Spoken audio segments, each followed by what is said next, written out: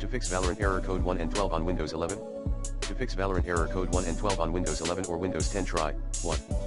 Cut and restart Valorant game client. 2.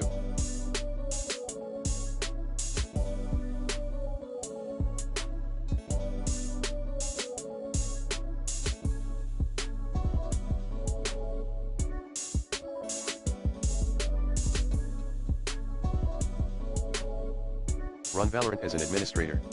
3.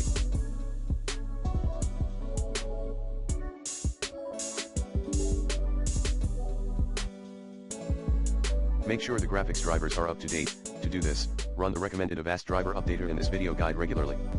4.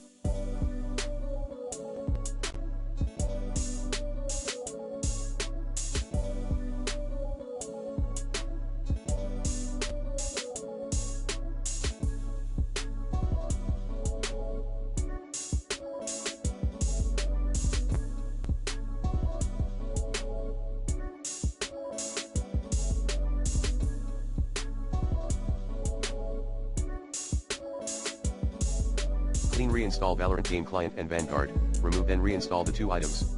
5. Contact Valorant support team.